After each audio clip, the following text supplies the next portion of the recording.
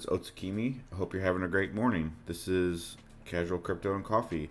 I'm excited to be here. Excited to share some of the market thoughts that I have. We're going to look at some charts. We're going to look at Bitcoin. We're going to look at Ethereum. And we're going to look at a few alts because typically Casual Crypto and Coffee is reserved for altcoins and also a more casual format. Just kind of moving from the hip here. And we're also going to kind of cover some CPI thoughts. It was pretty much a non-event, but we'll briefly cover that as well. So that's basically the intro, and we'll just dive right in so we have more time to look at charts. So let's get started. First things first, if you are recently new to some of the things I've been doing, check out in the link in the description on here and in my pinned thread on Twitter. I just introduced a new Discord group called Nowhere HQ. It's been running for about 2 weeks now. I got about 140 members in there. I'd like to get to 200. If you want to join, you can. It's a way for kind of my followers in particular, but just anybody really, to be able to talk together completely for free, discuss trade ideas. I post charts in there pretty much every day, if not multiple times a day. I talk about capital management, portfolio management. I have a trading challenge in there where I started with $30,000 and I'm working my way up to 100. Very, very simple. And I don't really have quite the goal to get to 100. That's just arbitrary. So it's just there to show you how I can manage trades and go from there. So I got other stuff going on. I'm going to have a premium version of that as well coming up in August that has extra features on top of that. And so if you're interested, just go ahead and join. It's for free. I'll put the link in the description on the YouTube. And it's on my Twitter. I pretty much post it like 3 times a week. Go ahead and check that out. So that's kind of the preliminary thing. Another thing is I have my Aaron Pro bots also coming in August. They probably are going to be here before then. And we'll see how that works with a lot of, in real life transitions that I have. And then in addition to that, I also have Apex Academy coming up in August as well. And that's a masterclass. That's a one-on-one. It's almost like an online course, but I will be there continuously for you. So it's like a coaching / course to accelerate your trading skills. And so the general advertisement is you'll learn about 1 year's worth of trading skills and knowledge within 12 weeks. And so that's the idea. And look forward to more news about that. And I'll try to link all that in the description below. We covered the weekly on observations with Otsu, so I won't cover that too much. But we're already up above what we talked about from Monday. If you want to look at my long-term thoughts about that, go ahead and watch that video. Because I mentioned why this candle isn't a big deal, and so far it's showing that it isn't a big deal. We get these bearish engulfings all the time. We really do. Here's one. And yeah, that led to a downtrend, but a lot of them really necessarily don't. The problem is that you look, for example, I already know I'm going to go on a rant, but you see something like this, right? And so that happened at the top. But the problem is like people look historically at tops and they see, oh, here's an engulfing candle here. Oh, here's one here, and here's one here. So it's like, well, I just saw 3 at the top, so that means bearish engulfings are all common at the top. Well, yes, that is technically true. However, that's also a confirmation bias, or survivorship bias, right? You're not looking at things like this. So, for example, this was also a bearish engulfing, and that was literally the bottom of this pretty much area, and this was literally your best chance to get in towards the top. Same with, well, I guess the COVID thing wasn't technically an engulfing, but you see what I'm saying. Like, it does. Here's another one right here, and so here's another one which happened close to the bottom. So it does happen, and even, or is it? I saw one here. I thought I saw one. Where's it at? Oh, this was actually a pump up. There's another one. I can't see it offhand. So the idea that I'm trying to convey, and even this one too, was, and this was during the FTX thing. That was the FTX drop candle, I believe. So a lot of people were panicking. And so, yes, you do see these engulfing patterns at tops, but you also see them at bottoms too. So what are you trying to tell me? So it doesn't really tell me anything in its full context, right? So the last thing I want you to do is like sell or panic when you see an engulfing pattern and then it's like the bottom of that area. So anyway, that's that. If you want to know much more, I got 30 minutes about that in my Monday video. So far in the daily, we're going a little bit uptrend. We had the CPI a couple hours ago. It's basically hovering around what it's doing now. I've been a big fan of this being bullish, so that's the thing. If a lot of people think that we're going bullish today, it might be because of CPI, and there might be some truth to that. However, we've been in an uptrend ever since. We've been in an uptrend since end of June or middle of June, I should say. Excuse me. And we still have this structure right here. Nothing really to say other than that. It keeps. We just need to play the range. That's basically how this goes. It's as simple as that. And so far, it looks like we're going to try to go above the range. One thing I do like is if we go to 4 hour, we have kind of a reaccumulation pattern here. Honestly, it's not quite the best one, but we have this little consolidation here. We have the up. We had that big impulse at the beginning of that schematic, and then we kind of have a bridge going down here, and so we should, in theory, do something like this. So we'll see how that goes. I actually thought that we were going to do it right here at this candle, and we didn't. But now we're almost above. We're almost to that candle high anyway. So I think maybe we could do it this time. I'm pretty bullish on this. I've been bullish for a long time, and I think that's the general direction it should go. And so that's pretty much it for Bitcoin. Pretty easy. It feels a little stale right now, but the idea is don't give up on this, because what's going to happen is you're going to give up on it. It's going to make a solid move, and then you're going to try to make a move after that solid move, and it's going to get stale again. And that's why a lot of people are it's interesting, and I almost fell for this myself. Like, it's interesting to see people just give up in a market that's up 85% for the year. This is a great year so far, and so don't try to try to take advantage of that. Just the simple things like I talked about. So anyway, we're going to go on to Ethereum, and then we'll cover some alts. All right, on to Ethereum. Weekly, very briefly. I didn't expect that to rhyme. Still bullish candle, not as bullish as Bitcoin for this week. Nothing really to say for that.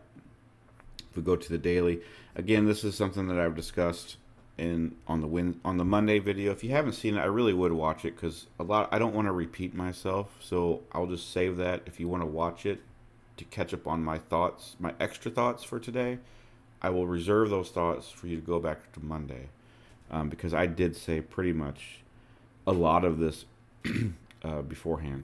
The big thing I want to see is just this whole area right here. I've been labeling this different ways. High time frame, this is the deviation, had the retest. Now we're kind of failing that retest, but we're trying to go up above. I'm not interested in Ethereum right now because it is struggling a little bit more than I would like it to struggle.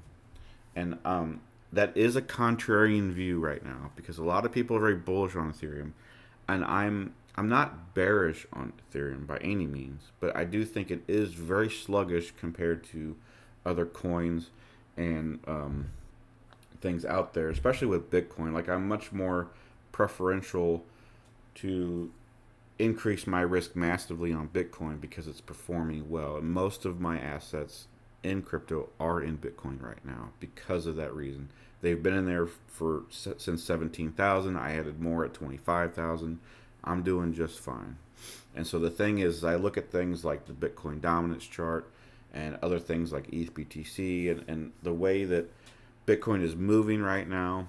Like, the long term, Bitcoin is still the favorite position, right? And so we can look at that. So like ETH BTC, we've been in a downtrend. These little uptrends are going to happen, and that's the thing. You don't want to get tricked by those, right? And so we could look at some other ones. I mean, let's look at Sol BTC, because I'm kind of interested. And so it's been on an uptrend for, I kind of figured it was basically for the entirety of July. So, and that's something I think people need to look at more, because look at this. It's as simple as a divergence on the daily. And I think it probably shows, I'm not sure if it's valid on the 2-day, but I mean, is it don't know if that counts or not. I won't get into it, but you got this here, another divergent pattern. These are very common. Okay, so if you would have got up on here, you would have not only gained 24%, like you gained 24% versus Bitcoin. So you would have gained dollar value on Solana and Bitcoin as well. So that's kind of what I'm talking about. Back in my day, we traded Bitcoin pairs. We did not trade stablecoin pairs, and it's designed in one way to get availability for stablecoins, but also to distract you from making more money than you could. I really do think so, and so that's just something to keep in mind. If you look at like the weekly, for example, we've been in a downtrend for a long time. Turn on the color band here. We get a few different, Arid tries to flip bullish, and it failed pretty much every time. I think we're gonna start doing something. This looks like a massive divergence. Let me check in a second, but we got a kind of a curvature going on. I think it might be getting close within a month or two to start switching over, and yeah, that's a divergence. So that's something I did not know. So anyway, this looks pretty good. That might even be something I'll take a look at later today and kind of analyze. So anyway, that's that. I'll get into that in a later video because I think it is worth a dedicated video. But as far as Ethereum goes, we're just not in a place where I like to be. Let's go back to the daily. I want this to reclaim. I've been a big fan of waiting for this to go above 2,000 before I long this again.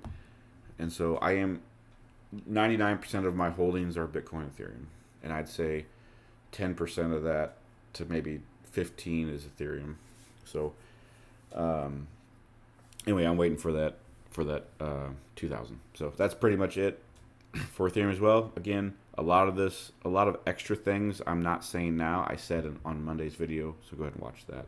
And now we'll get to some altcoins. All right, let's look at. I don't want to sound like a broken record, but I do want to cover Solana and Binance. So we'll do Solana first. We got a little bit of more of a green than other days. And one reason I kind of lean to the fact, I'm trying to say what I want to say. One reason I think that's going to be green more than other assets, I should say, is because of this trend line that we broke. So we broke this here, and I mentioned this also in Monday and last week, that if this would break, this would allow for more of a run. Don't think that this always needs to retrace backwards. It's a very common practice to assume that when things break, they should run.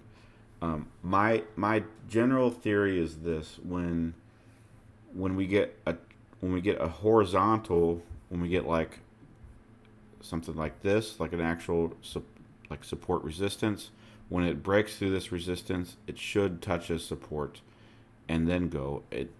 A lot of people disagree with me on that. A lot of people think that we should just run. The problem is the more that we run that way, the more vertical we go immediately, the less likely it is to stay at that price range. It's more likely to fade eventually or touch back to a certain level, because that's when breaker patterns happen. And so I tend to look for retests when it comes to horizontal support and support resistance basically. But when we have a trend line that's more linear or diagonal, I don't look for a retest. That's typically more of a bad sign. And the reason for that is because the way of supply and demand is built. So ever since here, which was the FTX scenario, we lost complete demand. So that's the whole idea here. Supply, you think of supply as the top range, like this, and then demand is like this. And then that's a very easy, this is some education, I guess. So once we dropped, we lost all care about demand. And so once we had this, we had a little bit of demand and then a downtrend, had the divergence, we had an increased demand. When you get a divergence, that's how demand starts to restructure, because psychologically people start to think, oh, that's a good deal, I'm going to buy it, blah, blah, blah. A lot of people don't stare at the charts throughout life. I mean, maybe with crypto it's more common, but people generally don't just be like, hey, I'm just going to buy because of divergence. And it's more psychological than that. So the same can be true when you get to this trend line as well. And so the reason why the trend lines don't necessarily need to be retested is because demand has been tested this entire time. It's been tested here, here, and then pretty much all through here. Like the whole entire demand has been going sideways down. Like demand has been going down, but increasing in pressure. And so when you have a demand going down, but an increase of that pressure, then the demand should skyrocket all of a sudden. And so that's what that is. There's a lot of great psychology behind trading, and maybe I'll give it a dedicated video or even a series. I think that would be really fun. So anyway, going back to Solana though as a price, it did break above. It's also breaking above here. So I think still the best situation is just to keep longing here. Put your stop somewhere below in the trend and then target the highs. That's how I would do it.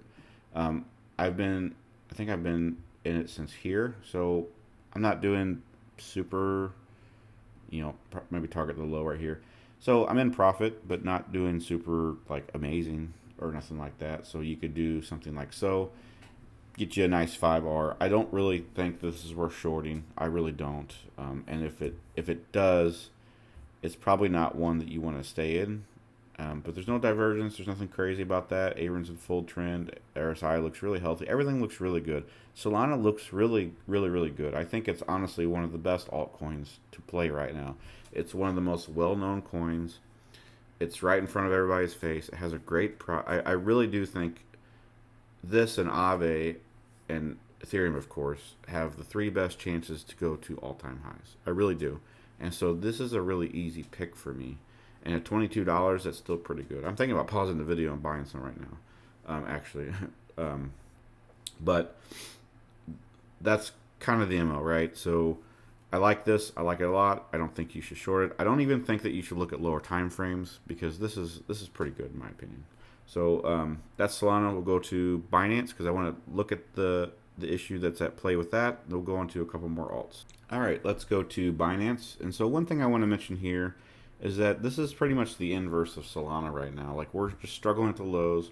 This was when the SEC had the news, right? And so again, I discussed in the last video, Binance Chain is very comparable to XRP back in 2018.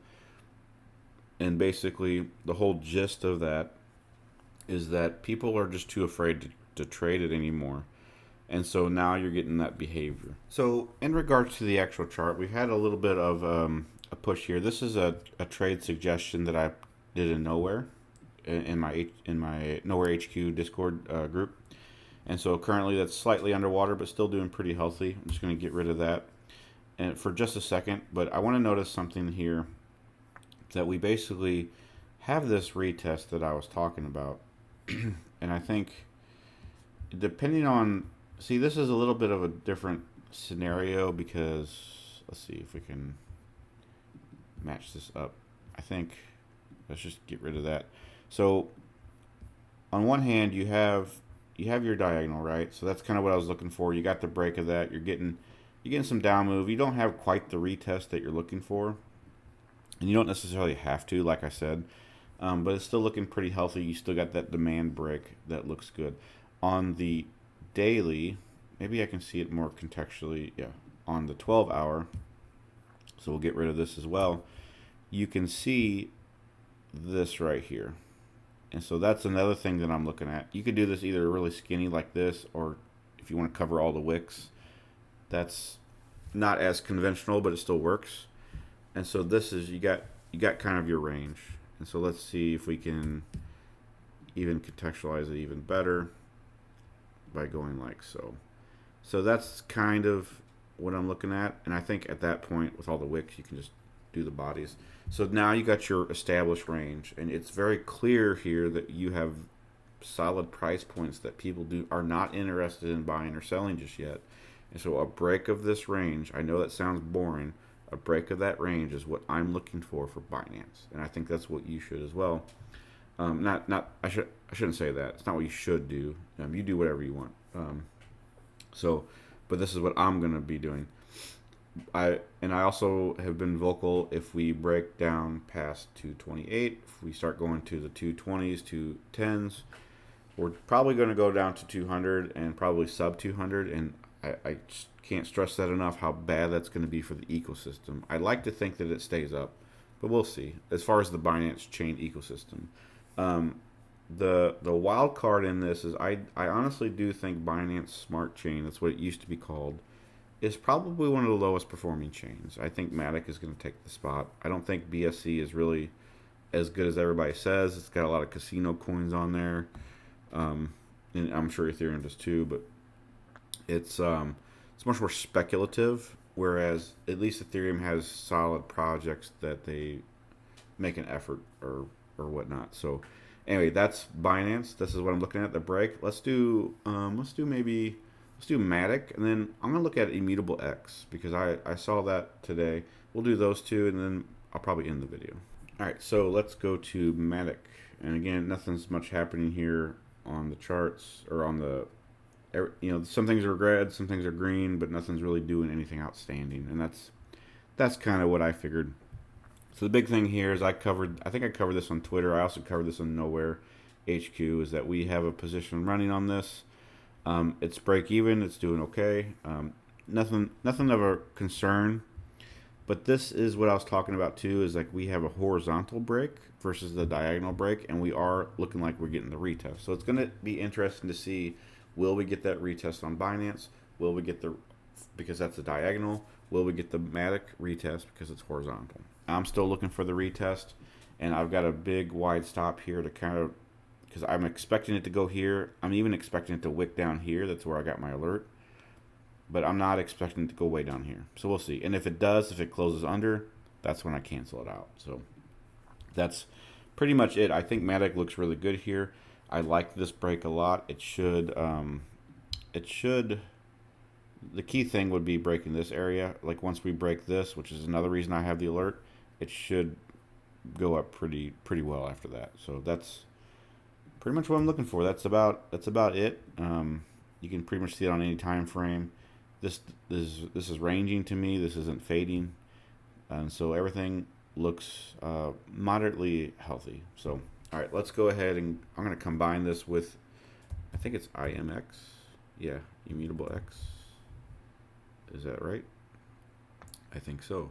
So this is getting a lot of volume today, so I wanted to kind of discuss it. And this is your daily. Let's see. So we got, in context here is, let's go to the weekly. I should look at this. Here's your weekly. So you got your low here. You have your second low here from legacy price action. So you had the breakdown. So that's kind of the context for that. And if you don't know what I just did, I'll probably do a video about that as well. So anyway, got this retest, kind of at a higher time frame divergence probably, and then had that consolidation upward move. So right now, this looks very similar to Ethereum. So we had the consolidation, breakdown, deviation, break back up. So now we're kind of waiting for this to figure out what to do. And so I would probably, I'm not really sure why this has so much volume, because it's not doing anything. But I would probably do something like this. I'd probably wait for the range break again. No surprise. Go for a long position. If I wanted to short it, I'd probably just wait to here. Maybe target the mid to give me a little more. Maybe it's current price. Give me something a little more aggressive. Target there. I don't know if you can even short it anyway, but that's kind of what I would do. Other than that, I think it's pretty strange that it has so high volume. I'd be interested to know why. But I guess that's over the course of the last week. So anyway, overall, we're kind of just stuck in this range anyway, that bigger one. So that's what I see. I'd play maybe the small break into somewhere around the 110 range. I think it looks pretty good. So other than that, I think that's going to be it. I hope you enjoyed it. And let me know what you think. Feel free to comment. Like, do you like these charts? Do you want me to cover more alts? Do you want to cover less alts? Do you want me to do more education based? Let me know. because I'm willing to do whatever you want, and we'll see how that goes. So anyway, I hope you have a great day, and thanks for watching.